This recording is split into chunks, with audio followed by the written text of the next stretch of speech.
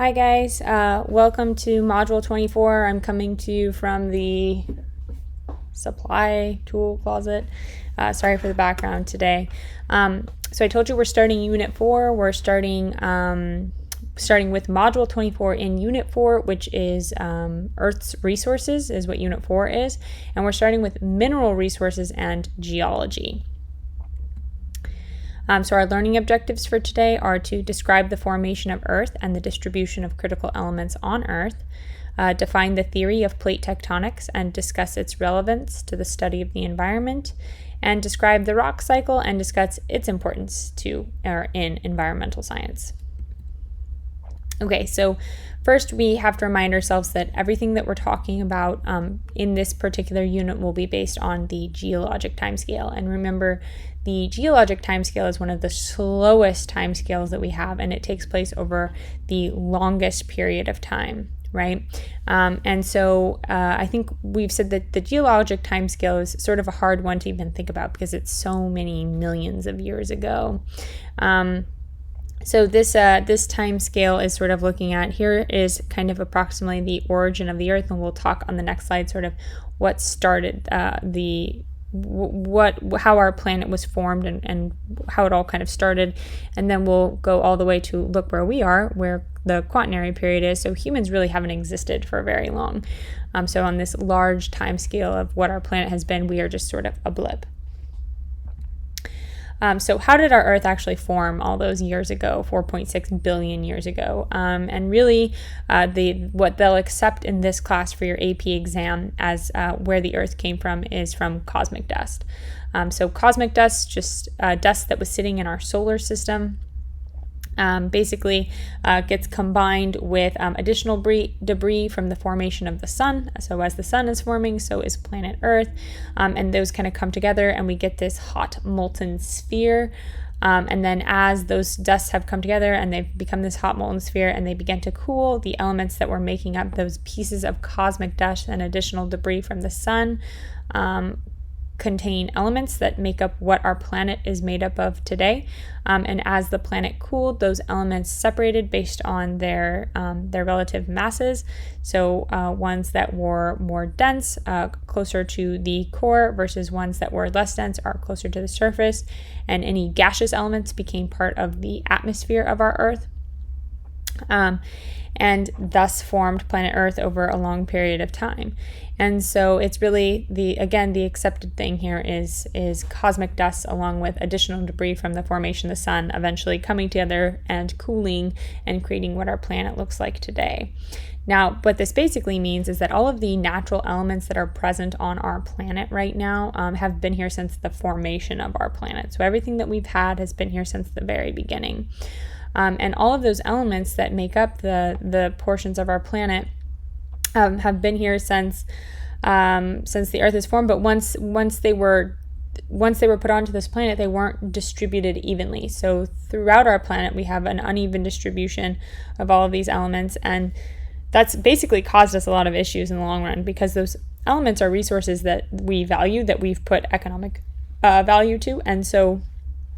As a result, this has been sort of the debate for a long time is who kind of owns those resources, those elements, I guess. If you're kind of interested in seeing a visual representation of how the Earth was formed, you can follow this YouTube link. I posted the PowerPoint, so if you're interested, you can watch that. So now once we cooled and we became this sort of sphere shape that we accept today, we said that the elements sort of spaced themselves out based on their relative masses. And as a result of that, we have what we call vertical zonation. And this vertical zonation basically says that we've got all these different zones or all these different layers that sort of act in the sphere and go out like this. And they make up these sort of layers of the Earth. And these are probably not new terms to you, but I will remind you. The first one is the core, right? So the core is composed of both a liquid and a solid portion. So the inner core is solid and the outer core is liquid. This is mostly iron and nickel, and it's very warm. So the center of our Earth is very, very hot. The layer after that is the mantle, and that's what you're seeing here in this orange layer. The mantle is the layer that's just above the core and contains molten rock. And that is, this molten rock is essentially lava, right? Like a lava that you would see coming out of a volcano. Molten rock is very hot, it's in its liquid, and as a result it's moving constantly. It's very viscous, and as a result of it always moving, it's going to circulate very similar to how atmospheric convection cells circulate. So it's going to circulate heat underneath the top layer of our planet, similarly to how atmospheric convection cells circulate heat on our planet, which is hot air rises, then cools, and rises and cools, right? And we sort of see this shifting of heating, and that shifting of heating also warms the surface of our planet. We also have the asthenosphere. By the way, here's a cross cut, I guess, of it essentially. And so here now we're looking at the asthenosphere, so we're getting closer to the surface of the planet. This is the outermost part of the mantle, and this is when it starts to cool slightly. So the asthenosphere has some liquid molten rock, but for the most part it's starting to harden. And then when we get to the lithosphere is composed of two parts. It has the actual lithosphere layer, and then the top half of the lithosphere is the Earth's crust, and that's the part that we tend to interact with the most. So the lithosphere is about 60 miles thick. It's the portion of it that's made up more of like that rock material that we're more accustomed to seeing, and it's the outermost layer. So the lithosphere is the layer that we again interact with the most, and it's the one that has this layer of topsoil, or that soil that really allows for all living things to exist. So remember, all living things require energy from something, and we get our energy from the sun, and that sun's energy gets converted into a usable energy by our producers, and our producers need a few resources in order to be able to survive, like phosphates and nitrates, and for the most part those are taken up through soil. So soil is really a really important layer that allows all life to sort of exist on Earth, and that's what's happening in the uppermost portion of the lithosphere. Now, just below that crust, in the lower part of the lithosphere, the lithosphere itself is made up of all of these we call them plates. Some are larger, some are smaller, and those plates sit right on top of where those convection cells are in the asthenosphere. So we've got these atmospheric convection cells that are sort of moving heat around, and just above those atmospheric convection cells there's going to be plates. And so you've probably heard of plate tectonics before, and that's sort of what we're going to be talking about next. So these plates are what are going to sit in the lithosphere, and just those plates are what all of our land masses are sitting on top of. So all of our continents and all of our water is sitting just on top of those. Now, and we'll talk more about that in a little bit more detail. Now we also have something called hotspots. So we know that the center of our planet is incredibly warm. And so the high temperatures are thought to be the result of radioactive decay of various isotopes. So the reason the core of our planet is so warm is because our planet is constantly undergoing radioactive decay from potassium, uranium, and thorium at its core, and that's what's keeping it pretty warm. That's why you're constantly exposed to radioactive decay, right? Just interacting with the soil, very small amounts of radioactive decay. It doesn't really harm you or anything like that, but you are constantly interacting with it.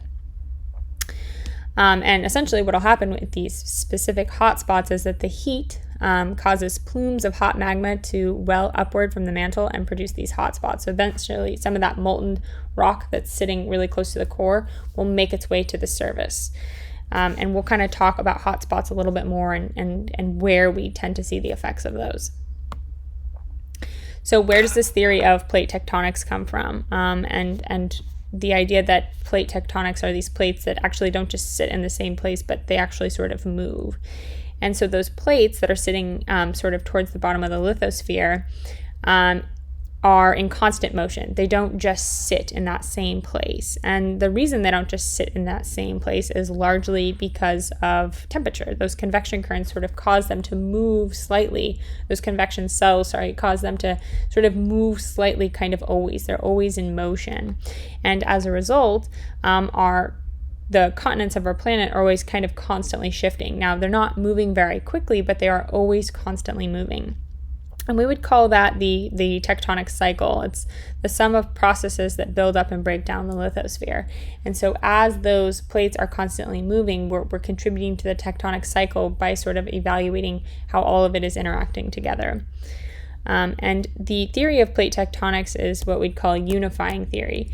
It relates to a lot of aspects of earth science, what sort of accounts for a lot of the phenomena that we see occurring in the layers of our planet.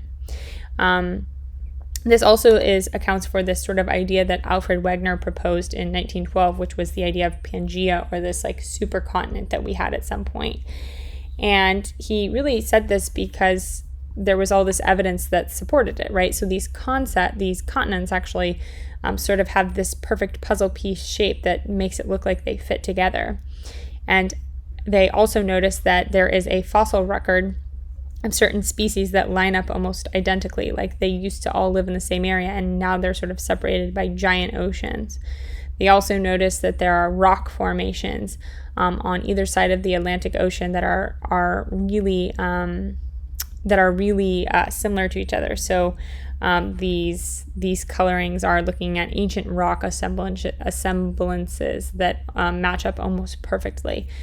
So we have all this evidence that supports that at some point these continents were really much closer together, but as a result of the theory of plate tectonics, that basically these convection cells have caused them to sort of drift away from each other and give us sort of this modern look at what our globe's continental arrangement looks like today. So we have these different types of plates that exist in our lithosphere. You can divide them into two subcategories, oceanic plates versus continental plates, and it's pretty intuitive from there. Oceanic plates are ones that lie beneath the ocean, whereas continental plates lie beneath land. Oceanic plates tend to be much more dense than continental plates, and so as a result, when the two plates interact with each other, an oceanic plate and a continental plate, because the oceanic plate is generally much denser, the oceanic plate tends to sink beneath the continental plate, and we'll look at what that is. We would call that subduction, but we'll get into that in a minute. So here's sort of where these plates are. And so you can see why we would call something an oceanic plate versus why we might call something a continental plate. And it really, again, has to do with where they lie. So this image is showing where some of these plates are. And again, some are smaller, some are larger. So the Nazca plate, you'll notice, is actually pretty small compared to something like the Pacific plate. And the arrows are supposed to be relative directions in which the plates are shifting and how they're interacting with one another. So plates are constantly sort of pushing against each other or sliding past each other or perhaps even moving away from each other. So these terms that you're looking at here, spreading zone versus subduction zone, we'll get into that. But spreading means that we are going to be seeing plates move away from each other, and subduction means two plates are going to be colliding and one is going to be slipping underneath another one. Okay, and so this is just a general look at where some of the relative plates are, and we are going to come back and sort of evaluate the types of trends that we see as a result of the location of these plates. So we will follow up a little bit more in class with this particular image and look at, the implications that this has for tectonic activity or seismic activity as well as volcanic activity. Okay, so let's take a look at, we saw spreading zones, which are the orangey red lines that are listed on here. So here, this is a really big concept, and this is really the idea of seafloor spreading that basically says that as oceanic plates move apart from each other. So oceanic plates are going to move sort of in this direction as a result of convection currents. What's going to happen, so here's these convection currents, what's going to happen is all that molten rock that's sitting below the surface of the lithosphere is going to make its way to the top. And so as that magma forms these new oceanic crusts on the sea floor, it's creating new sea floor. It's creating a new rock layer on the sea floor. But then you have to kind of ask yourself, well, where is the old rock material going, right? It's spreading. Our Earth isn't getting any bigger. Our planet isn't getting any larger.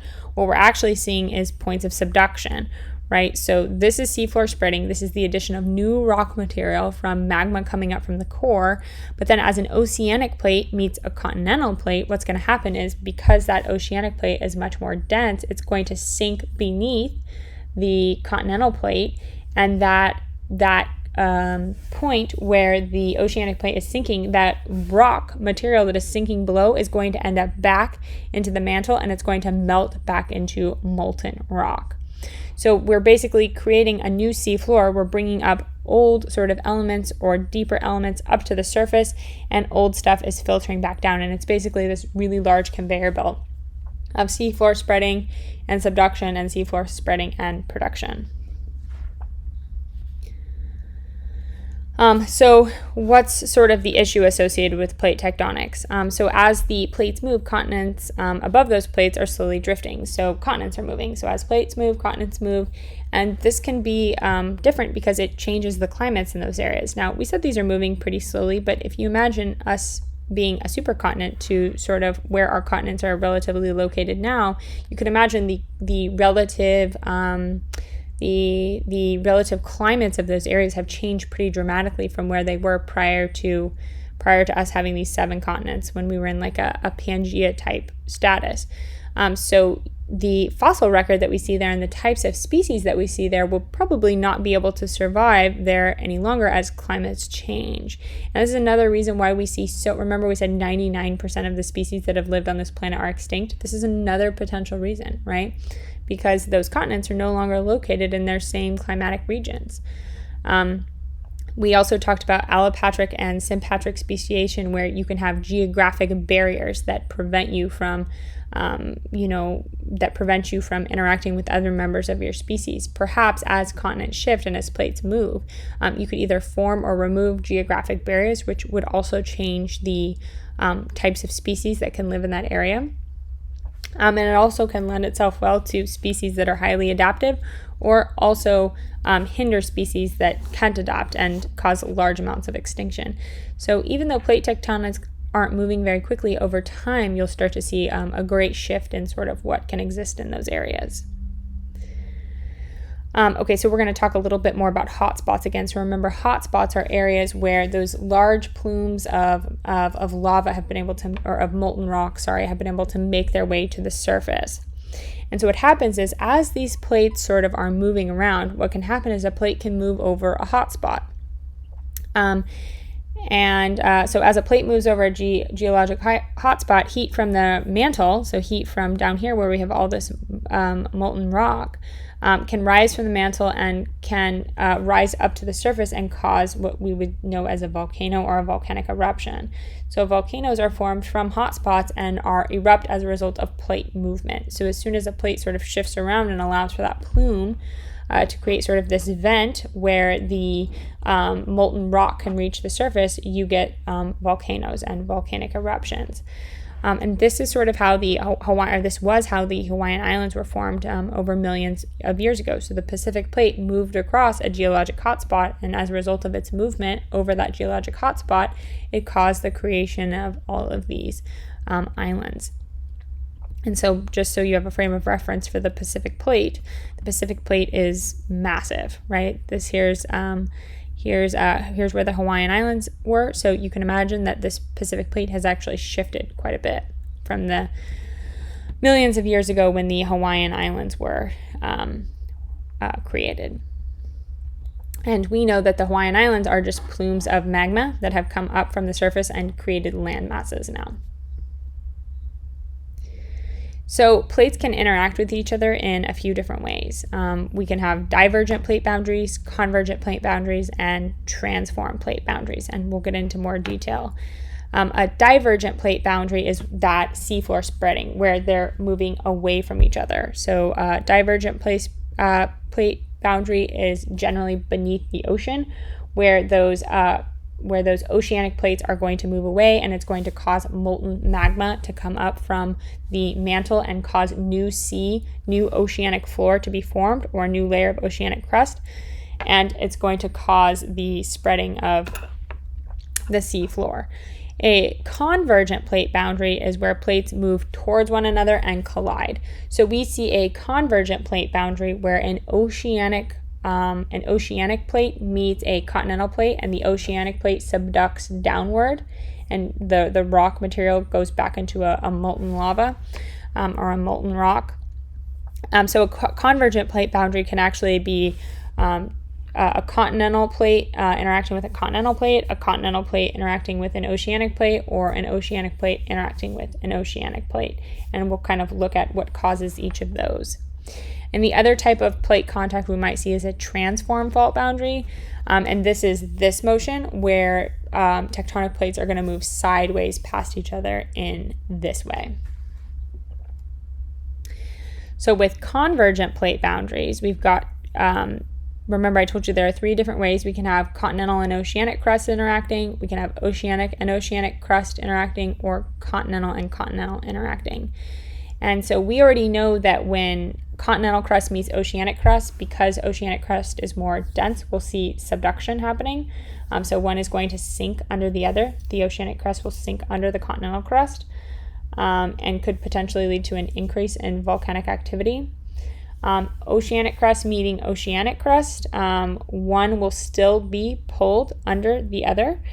So whatever one is the more dense one. And then when continental crust meets continental crust, this can be the 2 things sort of colliding, and because they're both about the same, you may see mid-continental mountain ranges. So you may see 2 things coming together and forcing land upward. And here's just a little example of what this might look like. So divergent, where things are coming away from each other. Convergent, this is showing 2 plates, probably an oceanic and a continental, where one is subducting under the other. And the transform fault boundary is where they're moving past each other by the sides. Okay, so a little bit more on transform fault boundaries. So this is what we would call, this is where a fault would exist, and this is a fracture in the rock caused by the movement of the Earth's crust. And it's also where you're likely to see seismic activity. And so seismic activity is usually looked at as earthquakes. So we tend to see higher amounts of seismic activity or plate movement at fault lines, so where there's some sort of fracture or where a transform fault boundary may exist. And so we tend to see large amounts of earthquakes happening in these types of areas that would be considered seismic activity. And a fault zone is a large expanse of rock where a fault has occurred. So where fault lines lie are near fault zones. So what is an earthquake? So an earthquake is when all of a sudden these our tectonic plates have basically sort of slipped, right? The sudden movement of the Earth's crust has caused by a release of potential energy along a geologic fault, and usually causing the vibration or trembling of the Earth's surface. So essentially what's happening is like they're near each other and they're pushing and finally there's like a little bit of a slip, and so you're feeling that movement of those plates kind of shifting underneath you, which is actually pretty crazy, right? It can only take so much pressure, and it's pushing, and finally it will slip, as those plates have been moving for years and years and years and years. And the epicenter, you've probably heard, where was the epicenter? That's the exact point on the surface directly above the location where the rock ruptured. So wherever the rock was was eventually slipped or eventually gave in, that's where the epicenter is. And we measure the relative strength of earthquakes by using what we call the Richter scale. And the Richter scale measures essentially how intense the earthquake was. And it's logarithmic. So it increases by a factor of 10. So an earthquake of 7 is 10 times greater than an earthquake of 6, or 1,000 times greater than an earthquake that is like labeled as a 4, or 4.0 is really what they would call it. If you want some information on some of the bigger earthquakes, I think I'll cover a little bit of this in class, but just so you kind of have a frame of reference for what is considered large versus small. Like anything above an 8.0 earthquake is going to be highly destructive, and anything between a 0 and 2 is something you may not even feel. And then there's sort of everything in between. Is a burning thing. Some music. Sorry. And it makes... This is a look at where we tend to see earthquakes and volcanic eruptions, so where we tend to see the most amount of seismic activity. And it usually directly correlates to where plates are at. So here's the Pacific plate, here's the Nazca plate, right? And you'll notice that the purple, the red is representative of volcanoes, and the yellow dots are representative of hotspots. And and the gray is representative of earthquake zones. So you can see where most all of this is centered are on where these two plates are potentially meeting, right? Where all of these plates are interacting with each other. This is where we're seeing the most amount of what we'd call seismic activity. It's where volcanoes are happening because it's allowing for that plume to make its way to the surface. It's where we're seeing the most seismic activity because it's where tectonic plates are going to move past each other and cause that potential shaking from an earthquake. The Ring of Fire, as you've probably heard it referenced, is like a circle of the volcanoes. So this purple thing is like this perfect circle of all these volcanoes that are all kind of lining the Pacific plate. So this causes a lot of activity to happen kind of here. So they call it the Ring of Fire. I kind of already talked about the Richter scale, but again, this just gives you sort of a frame of reference for what is considered sort of anything above an 8 is going to be pretty detrimental to an environment. Anything 2 or less, really, you might not even feel. And then what we've sort of been experiencing is recently, if you felt the earthquake a few weeks ago, was sort of in this range, so pretty light, but you could definitely feel it. But yeah, this is... and also, like, the relative damage sort of depends on, like, how retrofitted your buildings are, like how suited they are to take sort of the shaking. Are they going to kind of, like, be bendy like this, or are they just going to come crashing down? Okay, so what are some of the environmental and human impacts of earthquakes and volcanoes? So obviously with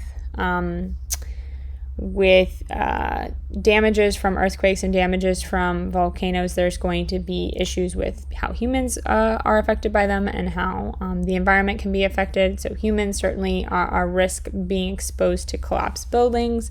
Potentially fires could be started, which could be detrimental both to humans and the environment. It could lead to contaminated fresh water supplies if things get into our fresh water supply. Potentially a loss of life if it's a really dramatic earthquake. Loss of air quality is more so with volcanic eruptions because there's generally a lot of ash that ends up in the air, so it can decrease your air quality. A lot of times planes won't fly in areas where there's volcanic activity because the particulates can get stuck in the engines of planes and make it so that they actually can't fly. And so generally places that tend to be in areas where there's a lot of seismic activity, they sort of have to take into account, one, are they retrofitting their buildings? Like, are they making sure that people who live in those areas are relatively safe? And then taking into account things like building a nuclear site. Like, you probably wouldn't want to put a nuclear power plant and risk some sort of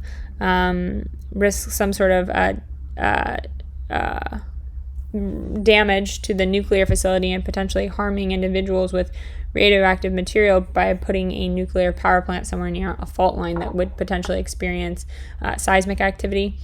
And then also like what's your relative proximity to the ocean, because occasionally seismic activity can also cause things like tsunamis, which are these really large waves that come as a result of plates moving, and that could be highly damaging to an environment. So just if you're living in an area that has high amounts of seismic activity, it's something that you sort of want to be aware of.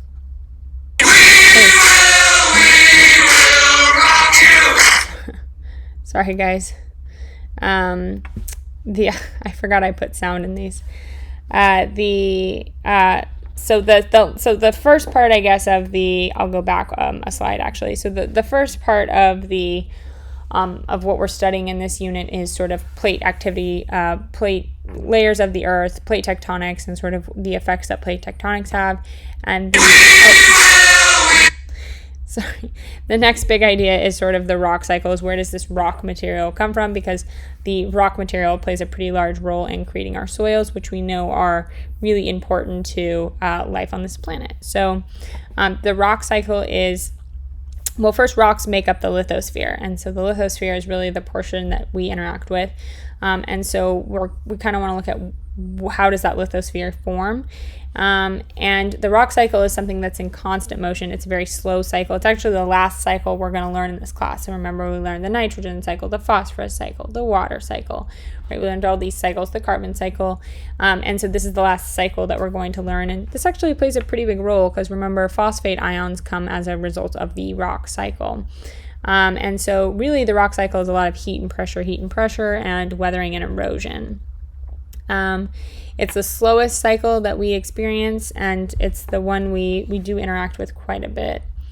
So rocks are found within the lithosphere. They're usually composed of one or more minerals, and minerals are solid chemical substances with uniform structure that form under specific temperatures and pressures. So rocks can be composed of additional minerals, and the types of minerals they're composed of will depend on how much heat and pressure they were exposed to during their initial formation. So all rocks essentially start to form when magma from the Earth's interior reaches the surface and cools. So a lot of times you will start here with igneous rock, because igneous rock is rocks that basically form as a result of magma cooling. So you probably think of igneous rocks when you think of volcanic eruptions. So that's sort of the first portion of this. Once that molten rock gets to the surface and it cools, it undergoes processes of heat and pressure, and that sort of depicts where within the rock cycle you're going to go. It also may be exposed to weathering and erosion, and that will also change the portion of the rock cycle that you're in. Eventually, and I'll go into the rock cycle a little bit more, but eventually rock will be subducted back into the mantle, so at a point of subduction, and the whole process will start again. So igneous rock comes as a result of magma cooling, so it's again usually associated with volcanic rock, and igneous rock can either cool at the surface or cool just below the surface. And from there, as a result of heat and pressure, it can be converted into what we'd call metamorphic rock. It can also be lifted to the surface, and as it lifts to the surface, it can undergo things like weathering and erosion. And as it undergoes weathering and erosion, and then undergoes even more pressure, it could potentially turn into a sedimentary rock. And then sedimentary rocks can undergo heat and pressure and potentially be converted into a metamorphic rock. All of them can be subjected to subduction and end up back as magma. But really, this is the main portion where we create new rock, and then those rocks can then turn into other rocks depending on what elements they're essentially exposed to. So we've got igneous, metamorphic, and sedimentary rocks as our three different rock types. Just a little bit about each of these. So igneous rocks form, again, directly from magma.